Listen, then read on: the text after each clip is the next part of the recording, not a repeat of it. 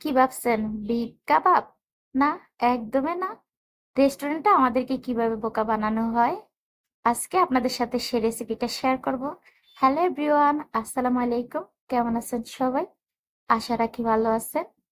আজ আমি আপনাদের সাথে শেয়ার করব রেস্টুরেন্ট স্টাইলে বিফ কাবাব, তবে বিফ ছাড়া। কিভাবে তৈরি করতে হয় আপনাদের সাথে আমি A to Z পর্যন্ত শেয়ার করব। আশা রাখি আপনাদের কাছে ভালো লাগবে। ভালো লাগলে আমার ভিডিওটি স্কিপ না করে ফুল ভিডিওটি দেখার অনুরোধ রইল। ফেসবুক থেকে দেখলে ফলো দিয়ে দিবেন, ইউটিউব থেকে দেখলে সাবস্ক্রাইব করে দিবেন। তাহলে চলুন দেখা যাক কিভাবে তৈরি করতে হয়। প্রথমে আমি এখানে নিয়ে নিলাম পাউরুটি। সাইডে যে লাল অংশটা আছে সেটা আমি ফেলে দিব এভাবে। আর আপনারা পাউরুটির পরিমাণ কমিয়ে বাড়িয়ে দিতে পারেন। আমি পাউরুটির পরিমাণটা কম নিয়েছি কারণ আমি আজকে বিফ কাবাব কম বানাবো। বিফ ছাড়া বিফ কাবাব আহ, যদিও হাস্যকর লাগে, তারপরও দেখে নিবেন যে রেস্টুরেন্টে গেলে আমাদেরকে ঠিক এভাবে বোকা বানায়। পাউরুটিগুলোকে আমি পানির মধ্যে চুবিয়ে তারপরে চিপে নিলাম।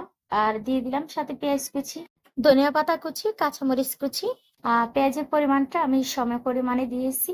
আপনারা পেঁয়াজের পরিমাণটা কম দিলেও হবে। আর স্বাদ মতো একটু লবণ, সামান্য একটু কালারের জন্য হলুদ, আর দিয়ে দিলাম সয়া সস। এখানে দিলাম একটা ডিম।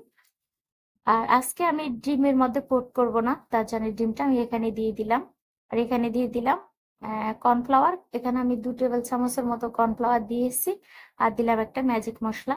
সবকিছু দিয়ে আমি ভালোভাবে এভাবে এখন মেখে নিব। এই যে মাখানো হয়ে গিয়েছে।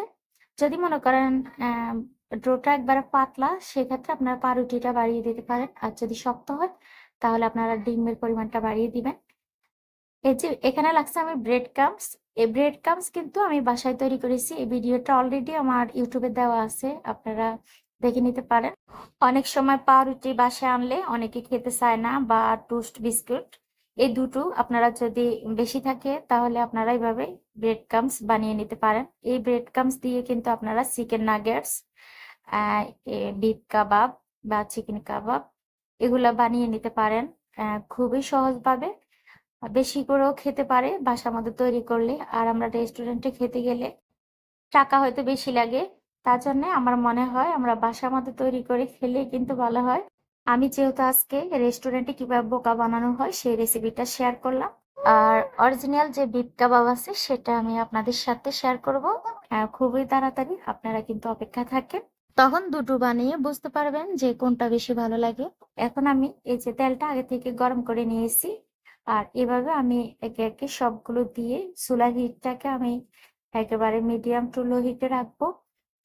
আর যদি আমি চুলার হিটটাকে বাড়িয়ে দিই সেক্ষেত্রে কিন্তু এপিট ওপিট পুড়ে যাবে, ভিতরে কিন্তু হবে না।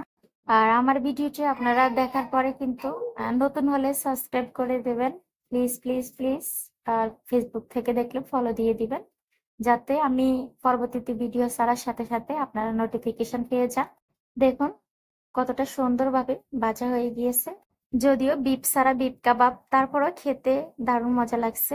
অনেকে হয়তো আহ বুঝতে পারবে না যে এটা কি দিয়ে তৈরি করেছে।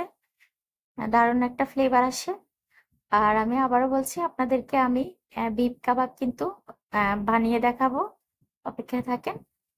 এই যে দেখুন আমি কিন্তু বেজে নিয়েছি। এখন যে বাকিগুলো আছে সেগুলো আমি এবার বেজে নেব। এই যে দেখুন কতটা সুন্দর হয়েছে আমার বিফ কাবাব।